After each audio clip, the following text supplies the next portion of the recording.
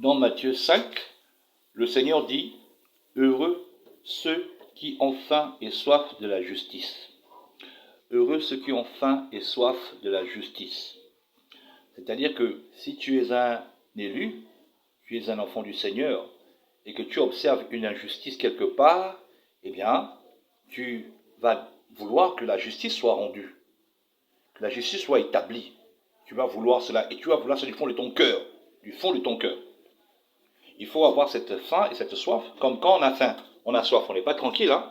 Si quelqu'un a faim, il cherche à manger, il se battra pour trouver à manger. Si quelqu'un a soif, il va vouloir boire de l'eau, même si c'est à 3 heures du matin, tard dans la nuit, il se lèvera pour chercher de toutes les manières possibles à avoir de l'eau. Donc celui qui est enfant du Seigneur, qui croit au Seigneur, a faim et soif de justice. Alors, quelle injustice y a-t-il de plus générale, de plus grande que celle que vivent les Africains? Quelle injustice y a-t-il de plus grand que ça? Nous savons que sur la terre, il y a des injustices, n'est-ce pas? Mais la plus grande injustice dans l'univers, ce sont, n'est-ce pas, les maux que vivent les Africains, les malheurs que vit l'Afrique. C'est la plus grande injustice, celle que le peuple noir vit. La plus grande injustice dans le monde, c'est celle-là. Et un enfant du Seigneur, quelqu'un qui croit en l'Éternel, qui ne voit pas cette injustice, eh bien il est aveugle. Et le Seigneur dit, heureux ceux qui ont faim et soif de la justice. Donc si déjà la plus grande injustice tu ne la vois pas, les petites injustices, c'est quand même un peu inquiétant. Donc la plus grande, je reprends la plus grande injustice qu'il y a sur terre, c'est celle que les Africains, les Noirs ont vécue, qu'ils vivent encore aujourd'hui. Ils l'ont vécu avec la traite des Noirs, l'esclavage, ils l'ont vécu avec la colonisation et ils le vivent en ce moment avec le néocolonialisme. C'est la plus grande injustice. L'Afrique est le continent le plus riche du monde. L'Afrique est le continent le plus complet, c'est-à-dire que le seul continent qui peut se fermer à tous les autres. Nous pouvons vivre en autarcie. Les Africains peuvent vivre en autarcie, se fermer complètement à l'Europe, à l'Asie et tout, et on va s'en sortir. On a tout en Afrique. L'Afrique est le continent le plus riche. Si ma mémoire est bonne, 60% des richesses minières du monde se trouvent en Afrique. Le monde entier partage 40%, mais 60% se trouvent sur notre continent. Et pourtant, nous sommes le dernier des continents. Nous sommes considérés comme le continent le plus pauvre. Et sur les chaînes françaises, ils n'ont pas honte de dire le Congo, ce pays pauvre, alors que le coltan qui alimente les batteries, les téléphones portables, etc., le coltan qui alimente les ordinateurs, les téléphones portables, etc., le coltan est puisé en grande majorité en Afrique centrale, notamment au Congo. Mais néanmoins, un journaliste, un blanc-bec, va dire dans un reportage, le Congo, ce pays pauvre d'Afrique. Voyez un peu. Nous sommes dans une injustice criarde à la vue du monde entier. L'Afrique est riche, mais ses populations sont pauvres. Pourquoi? Est-ce que c'est la volonté des Africains? Non. C'est la volonté des Européens, des Occidentaux. C'est leur volonté.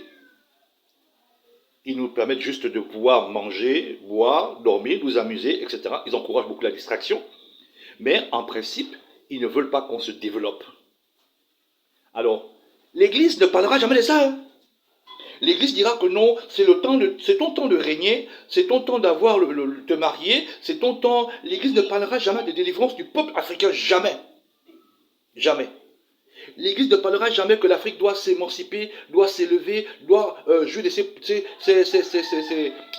bienfaits, etc. Non, l'Église parlera que, écoutez, tu dois aussi avoir des enfants, écoutez, tu dois aussi avoir un travail qui est digne de... J'écoutais un pasteur qui parlait un jour qu'à ton tour aussi de manger la queue de bœuf. Oui, un pasteur sur une estrade qui disait que c'est à ton tour aussi de manger la queue de bœuf. Bref, les messages sont vraiment réducteurs et c'est en fait, je pense à moi, à ma famille, à ma maison, à mon couple, à mes enfants, c'est ça. L'idée de délivrance continentale, de délivrance du peuple noir, ce n'est pas dans la tête de l'Église, du chrétien. Quelqu'un avait fait cette remarque-là, j'avais apprécié, et j'aurais bien voulu vous diffuser la vidéo. Je pense que c'était un Sénégalais, il avait dit ceci. Il avait comptabilisé un peu le nombre d'églises, selon les statistiques. En Côte d'Ivoire, pas moins, je sais le paraphraser, hein, en Côte d'Ivoire, pas moins de 3 000 églises à Abidjan seulement. À Kinshasa, pas moins de 5 000 églises à Kinshasa. À Libreville, pas moins de 2 000 églises seulement dans Libreville, etc. À Yaoundé, pas moins de 2 000 églises à Yaoundé seulement. Donc, en fait, l'Afrique est le continent où il y a plus d'églises. Oui, l'Afrique est le continent où il y a plus d'églises. Mais étrangement, c'est le continent le plus pauvre. Donc, l'église participe de l'émancipation, de l'élévation ou de la chute. Posez-vous la question. C'est pareil aussi pour les mosquées. Bon, bref, l'église n'abordera jamais de tel sujet. C'est-à-dire que la France peut exploiter le sous-sol de l'Afrique, la France peut bouffer les richesses minières du Cameroun, la France peut exploiter l'uranium du Gabon, la France peut manger le coltan du Congo, la France peut exporter, voler, n'est-ce pas, le manganèse de la Centrafrique, la France peut voler, piller le sous-sol du Mali, et tout cela, l'Église n'est pas là-dedans, n'est-ce pas? Il n'y a pas de problème tant que le pasteur parle de se sentir bien, tant qu'on chante des cantiques qui nous font frémir, tant qu'on est dans l'émotivité, etc. Le concret, elle n'est pas dedans. Voilà ce que c'est l'Église.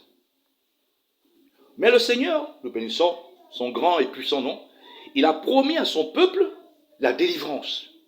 Il lui a dit, dans Apocalypse, je sais que tu es riche, bien que tu sois pauvre. Je sais que tu es riche, bien que tu sois pauvre. D'après vous, à quel peuple le Seigneur fait allusion à ça? Je sais que tu es riche, bien que tu sois pauvre. Voilà. Ça veut dire qu'en fait, là, c'est vraiment la copie typique de l'Africain. Cherchez-moi un autre peuple qui est riche, bien qu'il soit pauvre. Cherchez-moi un autre peuple, il n'y en a pas. C'est le peuple africain typique. Notre terre, la terre-mère, est la source de la richesse. Le monde entier a prospéré sur l'exploitation de l'Afrique. Vous ne le savez peut-être pas. Mais l'Amérique est devenue puissance à partir de l'exploitation de l'Afrique. L'Europe est devenue les puissances européennes, la France, etc. L'Allemagne se sont faites sur la conférence de Berlin en 1884 jusqu'en 1885. Ils ont fait une conférence à Berlin, en Allemagne, où ils ont partagé l'Afrique.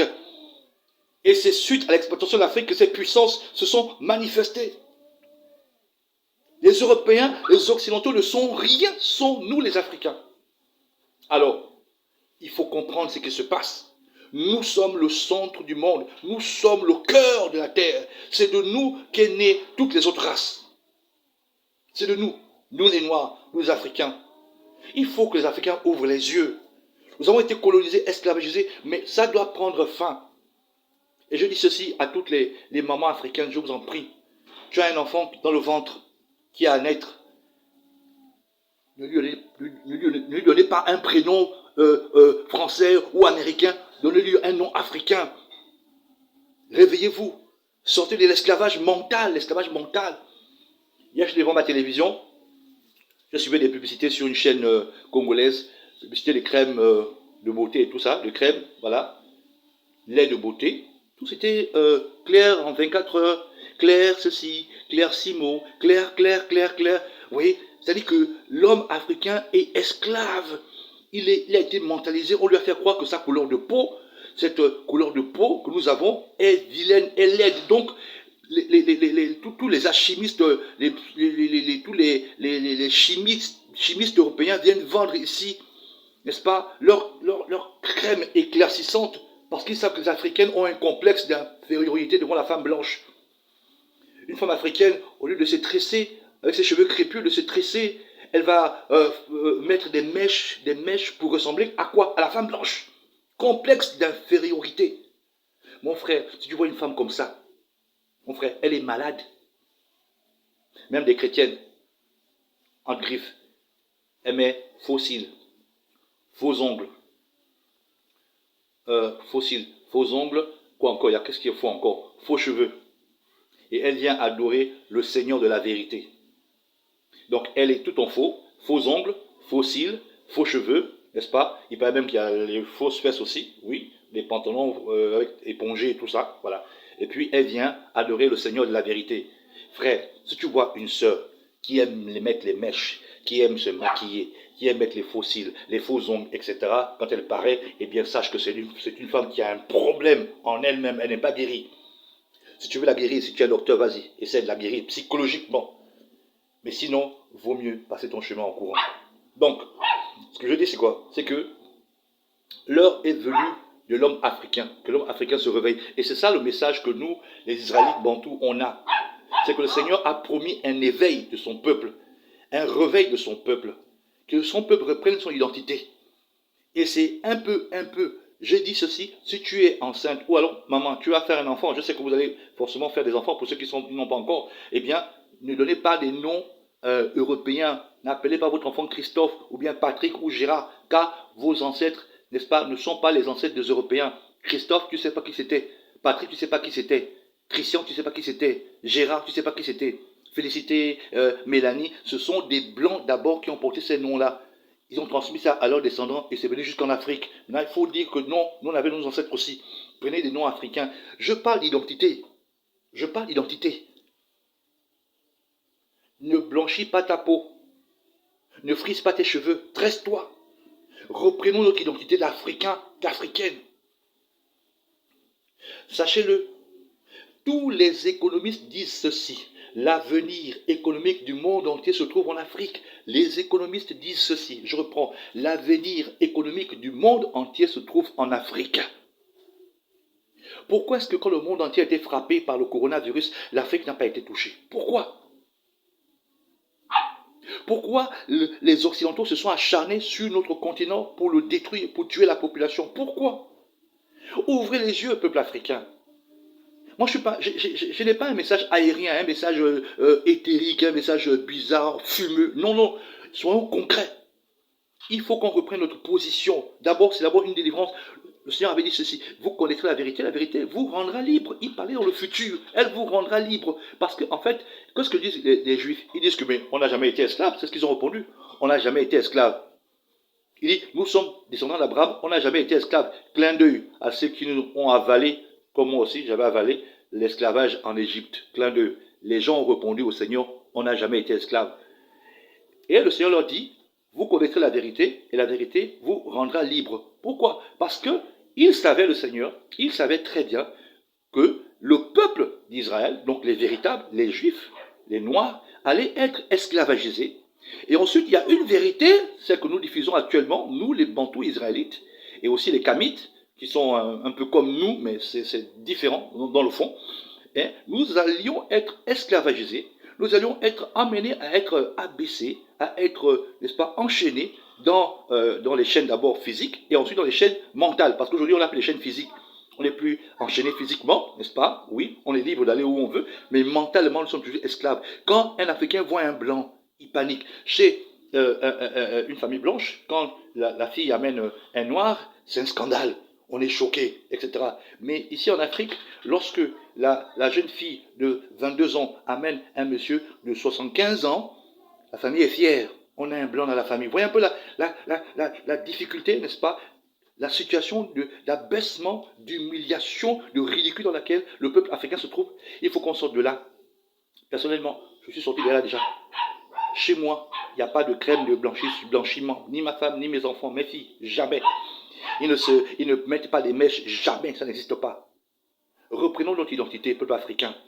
Ça, les églises ne connaissent pas ça. Les églises sont participants de la soumission de l'Afrique.